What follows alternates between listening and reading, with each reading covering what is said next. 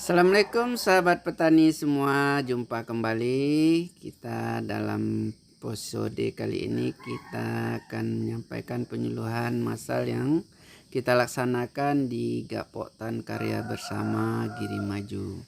Semoga bermanfaat dan jangan lupa subscribe, ikuti video ini hingga selesai.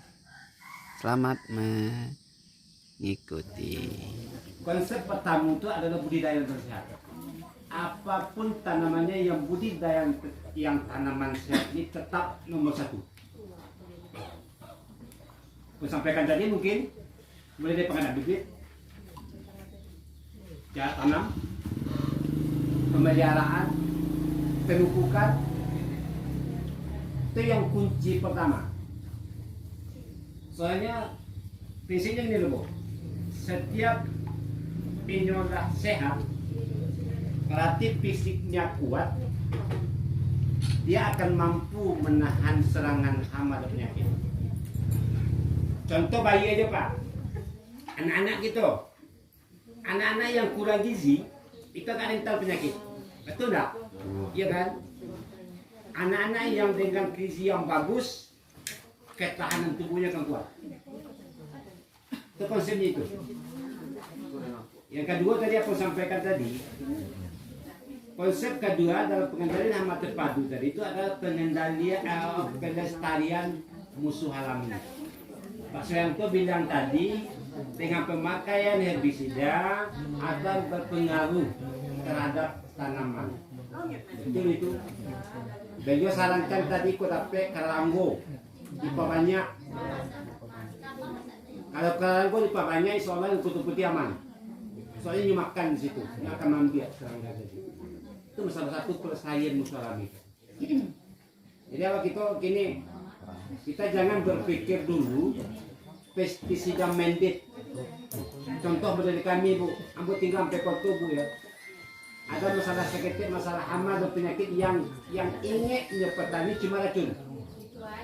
Buat sementara itu kita hilangkan dulu. Kita cari jalan lain dulu Pak. Kita cari jalan lain, apakah dengan pembersihan lahan, dengan pengasapan dan segala macam, itu sangat berpengaruh. Jadi kalau kita bayangkan Pak, mohon izin Pak Kadis, kalau Pasaman Barat, tanaman jagung kita 1 tahun itu ada sekitar 6.000 hektar. 1 tahun, kita umpamakan itu dulu lah. Kalau rata-rata pemakaian herbisida untuk tanaman jagung itu 1 hektar itu 6 liter itu Pak. 6 kali 6.000, 36.000 racun terbuang di bumi Pasaman Barat. Kira-kira apa yang akan terjadi? Kerusakan tanah. Tanah kini kecewa kayak pasir. Memang betul itu masalahnya yang ada pelapukan, yang tukang lapuk di dalam tanah itu sudah pada habis semua. Jadi artinya saya sampaikan tadi, kalau ada kita masih pestisida mandate, paham kita hanya dengan racun, secara bertahap tadi kita kurangi. Mudah-mudahan nanti kalau tanah subur, tanam akan lebih bagus. Itu sedikit tambahan dan gambaran berbeda. Terima kasih. Silakan. Tadi beliau mengatakan untuk mengatasi hama penyakit kutu putih ini, yang pertama kita lakukan yaitu memperbanyak serangga seperti Karanggo, angkrang. karanggo, ya Pak ya. Tapi yang saya tanyakan di sini, adakah yang lain solusinya daripada kerangga tersebut? Karena kerangga tuh saya tahu Pak ya, jadi contoh saya tahu ya sakit, tapi apa yang solusi lain? Soalnya kalau pokat ini kan kalau dia tinggi kita harus panjat, kalau kita panjat kita diserbu sama kerangga tuh. Jadi pendapat dari saya Pak ya, mungkin itu yang bisa Ada jalan lain. Ya. Ada yang lain tidak serangga daripada itu, karena itu oke ya, oke Pak. Tugas pokok kami cuma itu. Kalau panen saya itu kamu jawab, kalau panen kamu pasti ganti. Oke. pertanyaan cukup menarik ya. Karena anggota dulu MPA. Kalau sepanjang yang ada di kami itu, kami tentu berasa kalau adalah hadisnya gitu. Ya profesor kami di Bibliotek itu. Kami itu hanya sebagai perpanjangan tangan. Yang kami petugas pertanian itu hanya perpanjangan tangan. Memotivasi untuk apa-apa dan ibu-ibu untuk bisa mendapatkan pengendalian. Apa yang bahan pengendalian itu yang kami sampaikan. Apa kecil orang yang sulah-sulah kapalo, bukan Pak Hakimin ya. Nyawa beranduk itu. Apa yang beliau pikirkan, apa yang beliau uji, itu yang kami sampaikan ke bawah. Kami sampaikan ke bawah sepanjang cara penyampaian kami di bawah yang bisa dikonsumsi oleh petani. Kalau dalam hal untuk itu kan kita katakan tadi, salah satu pengendalian tadi itu pertama budidaya tanaman sehat. Ada beberapa item di situ. 1, 2, 3, 4, 5, 6, 7 sampai ke bawah. Sampai dengan pemupukan, sampai dengan jarak tanam itu salah satu. Dari yang 3 item tadi itu ada nggak kita yang masih tertinggal di situ? Contoh Bu, kayak kita masak gulai, di saat kita selesai, itu ada rasanya nggak enak, ya kan? Apakah itu kita cap garam yang nggak enak menjadi masalah? Apa kita ponis itu garam yang jadi masalah? Belum tentu. Apakah kita ponis cabai yang jadi masalah situ sehingga gulai kita nggak enak? Belum. Jadi ada beberapa bagian mungkin garam yang nggak pas, mungkin gula kunyit yang nggak pas, si padenya nggak pas. Jadi yang nggak pas dari itu Bapak Ibu yang tahu, ya, bukan kami dari petugas. Ada beberapa bagian tadi itu yang mungkin tertinggal di situ. Contoh salah satu tadi dalam sanitasi lingkungan itu kan ada bagian dari budidaya sayur yang tertinggal kita. Oke Bu, kita coba. Kami sekitar 2 tahun yang lewat dibawa oleh Pak Am dengan keluhan serangan penyakit batang. Kami sudah masuk kemari, dibawa sampai ke Pak Am sampai ke ujung. Pak Ketua. Pak Ucok sekalian, sama Pak Ucok sekalian. Mungkin iya ini orang ini. Kita sudah jumpa tadi. Di Milwana. Jadi setelah kami cek lapangan, maaf Bu ya, di saat itu yang kami ketemukan di sekitar pangkal coklat itu batang kabumu sekarang pahu Pak. Batang kabumu. Tidak tahu. Tidak tahu. Pokoknya kami mencari pokok batang coklat bagi kon penubuhan. Di saat itu entah ini yang tidak tahu. Mudah-mudahan dia lebih bagus ya. Sebenarnya apa nih Pak? Ketua kan? Saya sampaikan tadi. Kenapa demikian banyak penyeret batang di situ? Ya salah satunya itu tadi tuh. Sanitasi lingkungan tadi itu kotor. Sehingga terjadi kelembapan, si ulat datang, si kupu-kupu nanti bertelur, menetas di bawah batang semua. Salah satunya di situ. Kebersihan lingkungan tadi itu yang kurang terjaga. Bisa itu loh Bu. Mungkin itu. Jadi maka saya sampaikan tadi, itu yang pertama dari budidaya tanaman sehat tadi. Ibu bisa menganalisa di bagian mananya Ibu yang tercecer. Saya nggak bisa sampaikan loh Bu. Saya pun tidak bisa ungkapkan. Nggak bisa ungkapkan. Satu kita permainan. Itu yang kedua, yang pertama. Yang kedua tadi saya sampaikan, salah satu pengendalian tadi pelestarian musuh alaminya. Baik, jadi memang benar itu tadi penyebabnya banyak, tapi memang pada saat pemeriksaan dan survei lapangan di 2 tahun lebih kurang yang lewat, itu adalah memang kondisinya ya penyebabnya sudah dijamur dan ada penggereknya juga gitu kan. Nah, rekomendasinya kalau budidaya tanaman sehatnya ya tadi mulai dari bibitnya, pilihan yang memang kalau kemarin dari biji yang memang sudah jatuhnya matang di atas gitu kan. Nah, bukan yang kita panen lalu kita sortir lalu kita ambil bijinya kita tanam itu lagi gitu kan. Jadi itu kalau dari biji. Nah, rekomendasi lainnya kalau bibit yang baik itu ya tersertifikasi dia melalui perbenihan yang sudah rekomendasikan dinas. Kalau sekarang mungkin Pak Siam dan kawan-kawan kelompok lainnya sudah punya produksi benih atau bibit alpukat ini. Nah, sehingga memang nanti terkait dengan bibit yang baik itu bisa kita terapkan. Itu yang pertama. Kemudian pemeliharaan yang benar. Jadi pemeliharaan seperti kita sampaikan diskusi tadi, ya memang mulai dari tanam dipelihara, namanya budidaya. Jadi budi itu adalah bagian dari paya kita.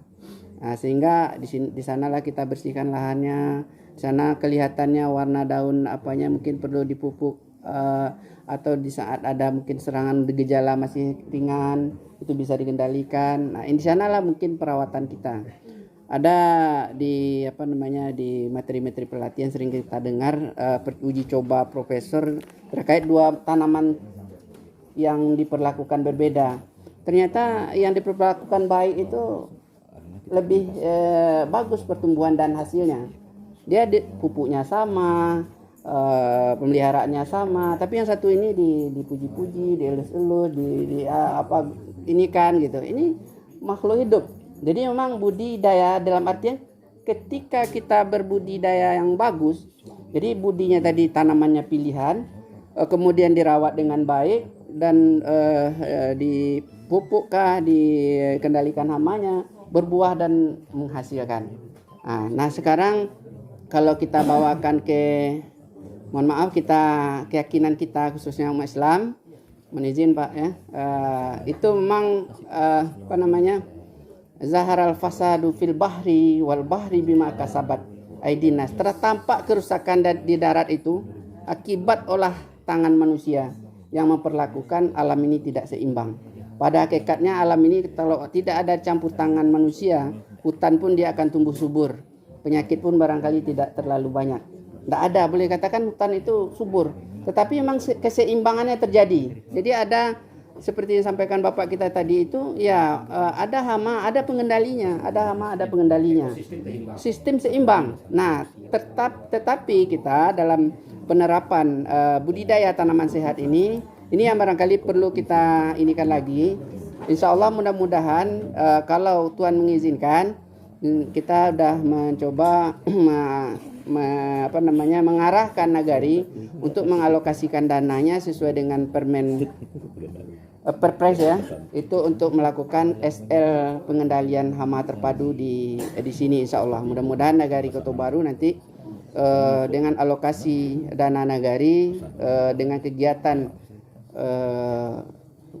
sekolah pengendalian hama terpadu untuk komoditi taman alpukat ini, mungkin kita akan bisa nanti bagaimana budidaya tanaman yang baiknya, bagaimana pengendalian OPT yang bagusnya, dan bagaimana nanti barangkali panen sampai packing dan grading yang sehingga memang kategori alpukat kita itu ada kategori apa Pak?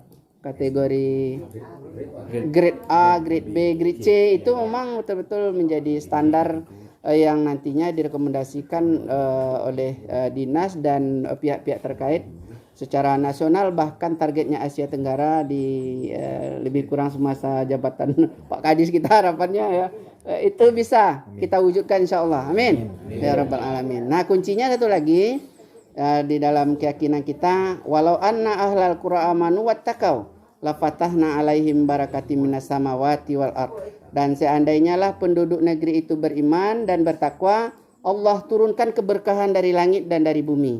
Makanya kita di alam ranah Minangkabau itu istilahnya padi manguniang, jaguang mau piah tarana bakambang biak tobek membangkit pulau, sawit menimbang coklat mambiak puke dapet. Ini kuncinya ada apa? Kuncinya amanu kan? Beriman. Iman itu apa? Iman itu faiza kudiati sholah fantasiru fil ard. Keiman itu kalau kamu udah selesai sholat, bertebaran cari rezeki. Artinya siap subuh setelah sholat kita ternyata tanaman kita perlu ada perawatan, mungkin ada perlu pengendalian, perlu ada pemupukan. Nah, kemudian jarik semato banang salai jangan sampai terjadi. Kalau jarik semato banang salai terjadi putus, ya kan, tidak ada harapan yang lain. Sehingga hari ini kita dapat informasi bahwa orang mulai turun ke bawah, tidak ada lagi yang ke atas. Karena mungkin untuk ke sini aja udah susah biayanya, untuk pembiayaan hidup ditunggu juga. Makanya memang padi menguniang jaguang mau piah taranak bakambang biak tobek membagi pulau sawit menimbang dan seterusnya itu tadi, itu adalah karena amanu wattakau, beriman dan bertakwa. Iman dia jalankan kehidupannya itu waktunya tidak ada yang sia-sia. Allah selesai nanam pokat, nanam jaguang, kan di sela-selanya. Nah, tetapi jangan sampai tidak bisa dilihat ini mana sih tanaman utamanya, lihat di situ. Pisang, pinang atau alpukat. Jadi enggak, tanaman utamanya yang mana gitu. Hah? Jadi harus ada betul nih tanaman utama kita alpukat. Tanaman selanya barangkali bisa jadi sifatnya musiman. Musimannya apa? Jagung bisa kita rekomendasikan. Tapi kalau pinang mungkin ini agak ini juga. Pisang apalagi? Jadi kalau batas mungkin bisa lah pinang. Tapi kalau di dalamnya itu udah banyak pula pisang sehingga tadi pemangkasan juga kurang, tanaman selanya juga banyak, kelembapan akan semakin tinggi. Maka di sanalah barangkali apa kita gitu. Maka memang ketika kita memiliki keyakinan, maka di akhirnya lah watakau itu artinya kita istilahnya kan ada di dalam harta kita itu ada hak-hak yang harus kita keluarkan. Di sini kita bukan menghakimi Bapak Ibu tidak mengeluarkan hak-hak orang lain, tidak. Tetapi bagaimanapun juga memang perjalanan kehidupan kita tidak lepas dari itu semua. Ketika Allah berkehendak semuanya jadi, maka jadilah dia. Mudah bagi Allah untuk memberikan dan mudah juga bagi Allah untuk menghabiskannya. Cuman untuk usaha dan upaya kita, apapun yang bisa kita upayakan untuk ini, maka kita bersama sayo buat menjadi, kalau bahasa orang gitu kan. Kalau kita bersama, kuncinya tadi pengendalian bersama. Jangan sampai kita di sebelah nih mengendalikan, di sebelah nggak mengendalikan. Jadi ini akan ini juga gitu. Maka memang pertemuan kelompok harus ada. Disinilah kelembagaan perlu kita kuatkan. Jadi selama ini kalau lembaga itu ada 3 kelompok tani. Kelompok merpati, kelompok pedati, kelompok sejati. Kelompok merpati kok kayak dikasih makan gitu kan, ngumpul dia rame. Ada bantuan-bantuan barulah tumbuh kelompoknya banyak-banyak. Ya kan? Udah tuh hilang lagi, nggak ada bantuan hilang gitu. Jangan sampai itu. Bolehlah dari awalnya niatnya itu, tapi dia angsur menjadi kelompok pedati. Pedati gimana? Mau bawa beban banyak bisa, tapi kalau nggak diarah, digiring, dia jalan sendiri atau dia berdiri saja gitu, stagnan. Nah, kita harapkan kelompok sejati. Gimana? Ada dan tanpa ada program dia tetap ada pertemuan minimal 1 kali sebulan. Karena hal-hal yang seperti ini mungkin perlu kita pertemuan sekali sebulan itu pertama informasi dari anggota. Itu bisa kita rekap. Sekarang kalau kita tanya ini detailnya masih belum bisa kita pastikan. Berapa sih per anggota itu kena gitu. Berapa sih luas kita sekarang yang betul-betul alpukat ya. Jangan sampai alpukat di dalamnya 30% ada pinang, 20% ada pisang. Berapa lagi tinggal 50% alpukat. Nah, kalau itu mungkin dalam sehektar kita anggaplah sehektar baru lahannya. Nah, ini perlu kita data lagi. Kemudian dengan adanya pertemuan kelompok, penyuluh pun punya lokal. Kalau di kami penyuluh Bapak Ibu itu ibarat guru. Kalau guru sekolah jelas lokalnya kelas 1, kelas 2, seterusnya muridnya juga jelas. Tapi kalau kelompok penyuluh kita di Pasaman Barat itu 1.600 lebih kelompok. Kemampuan penyuluh itu hanya 20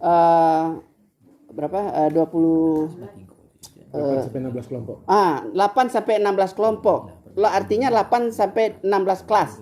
Dengan 5 hari kerja kunjungan, 2 hari administrasi dan training. Maka untuk itu ketersediaannya juga terbatas.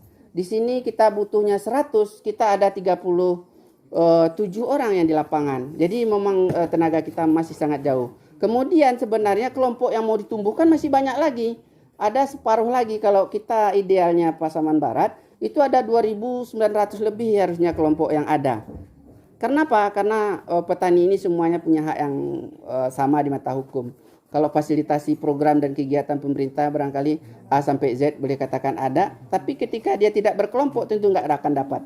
Maka untuk itu memang mari kita tumbuhkan. Kayak bapak kita ketua ini, dia sudah bisa kita rekomendasi nanti mungkin penyuluh swadaya terkait masalah pembibitan, ini bisa kita inikan. Maka untuk itu mari kita tumbuhkan kebersamaan dengan lembaga yang lebih kuat. Kelompok-kelompok tani ini kita adakan pertemuan sehingga penyuluh punya lokal yang akan dituju. Nah, dari situlah dia bisa kita informasi dari kabupaten kah, teknologi kah, pengendalian kah, sehingga memang ledakan masalah itu tidak terjadi lagi. Terima kasih telah menonton video ini, semoga bermanfaat. Jangan lupa subscribe untuk berkembangnya channel kita ini.